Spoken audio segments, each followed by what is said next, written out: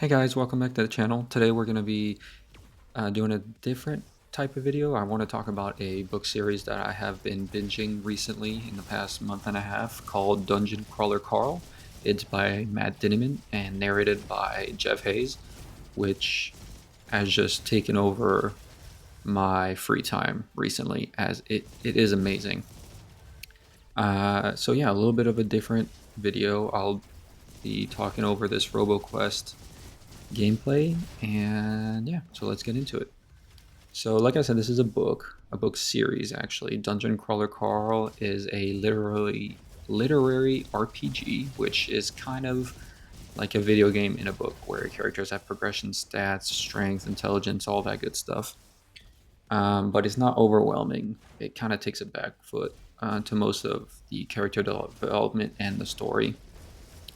And I just wanted to talk about it because I thought it was amazing. It's just one of my favorite book series, or series in general, to be honest, that I've read or watched or listened to in a very long time.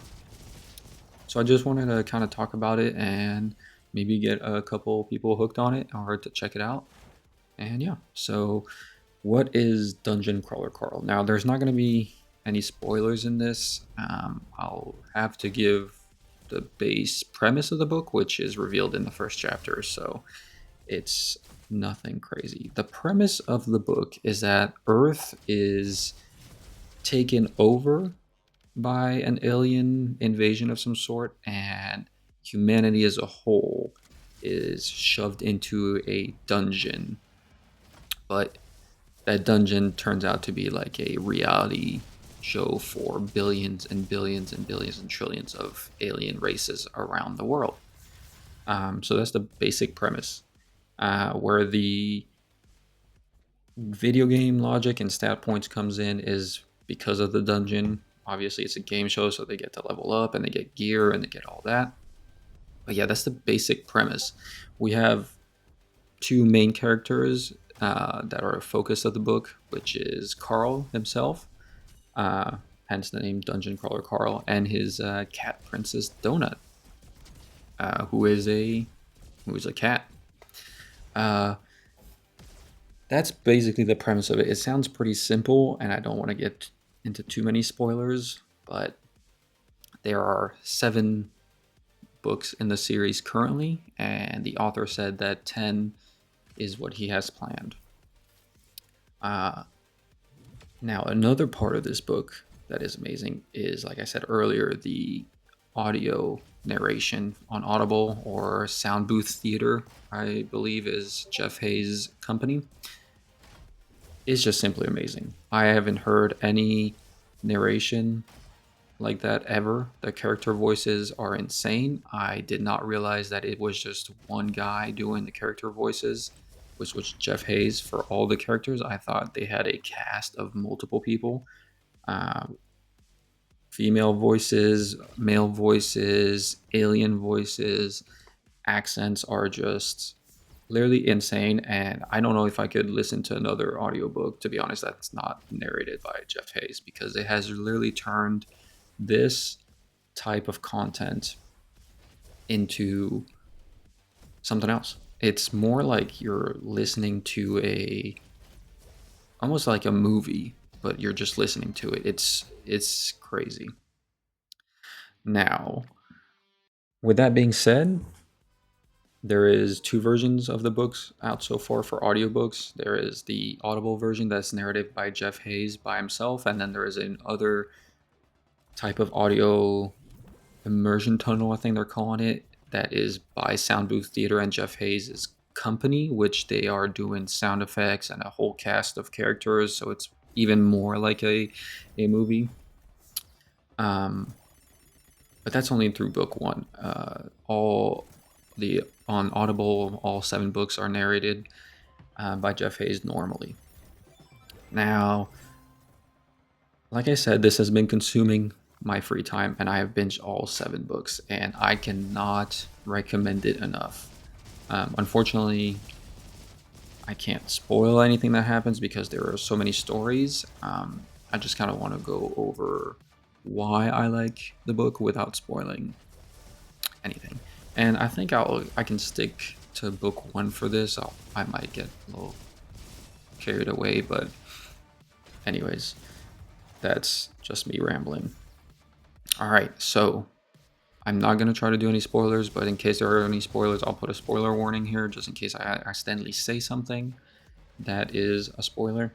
But I just want to put out at least this tidbit saying, please go check out the book. I would say read the book, but I would say if you can afford it, definitely listen to it on Audible or on Sound Booth Theater. I'll link both of it in the description.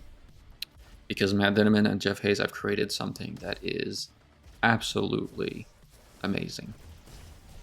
Now, to get back into the actual dungeon crawler Carl universe, we have to take a look at what is actually happening, and that is the game show created by the aliens, which is run by an AI, which it's an AI, but not as in an AI as we know it. It's called an AI, but it's more of like just an independent being that is running the show, and it has a lot of power to change really anything. They're called enhancement zones, so this is how all of our characters get all their powers and all their gear and the world that they're created, because they have to go down different floors of the dungeon, and every floor is different. And it is created by well, it's not created by the aliens, but it's planned by the aliens, and then the AI creates that. So they are inside the earth and not on the surface. So that's kind of how it works. Now, in the first book, you get Carl discovering the dungeon, obviously, and Princess Donut, which is his cat or his ex's cat, and they go into the dungeon together. Now, Princess Donut is not a character for the sake of it until I would say like halfway through the first book, until she gets enhanced and is able to talk and really becomes part of the main cast with Carl. And the dynamic between Carl and Donut is really great. It is written so well. There is so much character development that happens in all 7 of these books. There are moments of high emotion and high stakes, but always focused on Carl or Donut or any of the other characters. That is just written so well. Now, another thing about this book is that it's highly comedic. Now, the premise of the book of aliens invading the Earth and having humans go into a dungeon and fight each other and fight monsters is not very humorous, but everything revolving around that is quite funny. The AI has its own sort of humor. Princess Donut and Carl have their own sort of humor. There is messed up humor. There is satire. There is possibly a little bit of social commentary on just different things.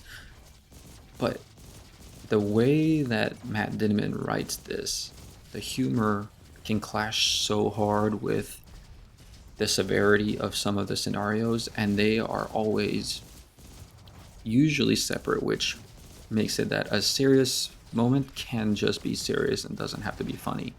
It's not like a Marvel movie where there's something super serious going on and then somebody cracks a one-liner joke that's meant to just be funny. Now, the serious moments are super serious. There are high emotions, but then they know when. Well, Matt knows when to bring that back down and make it kind of funny.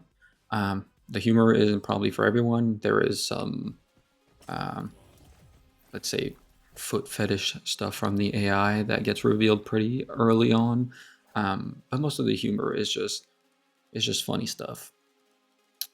Now, like I said, this series has very high emotional points because humanity is fighting one another in a dungeon, aliens, all this multiple. I know I said that Carl and Donut are the main characters, which they are, but they also meet multiple characters throughout 7 books. You would hope so.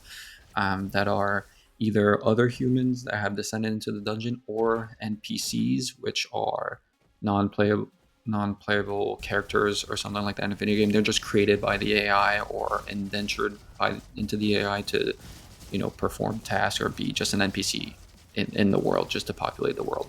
And then there's the aliens themselves, which that's a whole bunch of characters to play with, and he does well. He does that well, like amazing. The emotional impact of some of the scenes are real tearjerkers for a non-serious comedic book as this is. The emotional parts of this are actually super deep and impact you severely. Like for me, it's like, you know, insert meme here of the dude that is trying not to cry type of thing, because some of the scenes are just so well written and the emotion comes through so much. And I'm sure that's the case when reading it, but like I said earlier, Jeff Hayes, during those emotional scenes, I think is when he shines the most. He's great throughout all of it. All of it is amazing. He, you know, does all the accents great, but when it gets serious and characters are having serious heart to hearts or any sort of emotional scene, he really just it's gut wrenching. It's gut wrenching some of these scenes and everything that he does. Um, but yeah, so that's pretty much what I can say without spoiling it. A couple of other things is like I said, this is a literary RPG, so they have to keep progressing. There are quests, there are level ups, they have gear, they get loot boxes.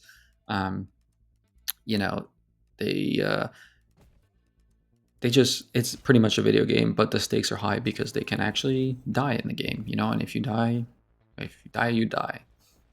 So that's not fun. So that's why it's funny, light, humorous, but also very serious at the same time.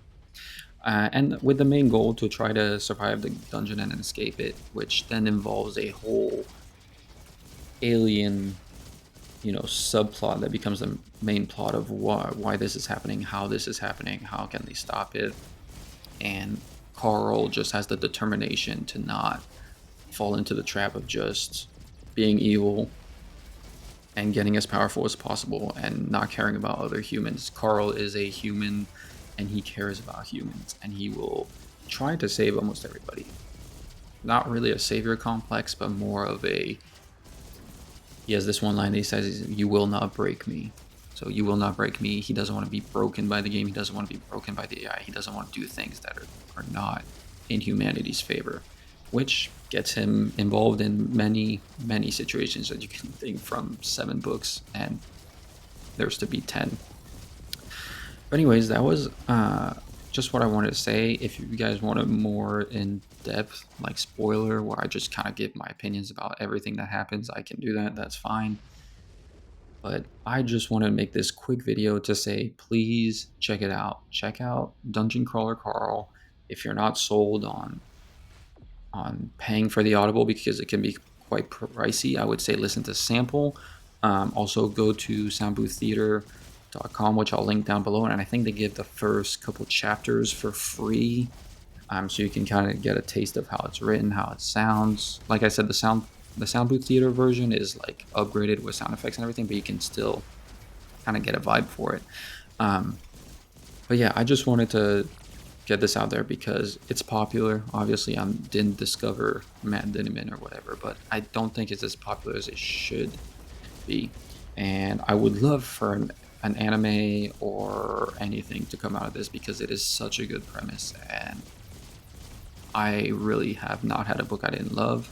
I haven't had characters I've had characters that I hated, obviously, but that were written so well. So anyways, this is just a quick video. I just want to put that out. So check out Dungeon Crawler Carl, and let me know what you guys think. Let me know if you guys have read it. Let me know if you guys have listened to it. Let me know if I'm wrong.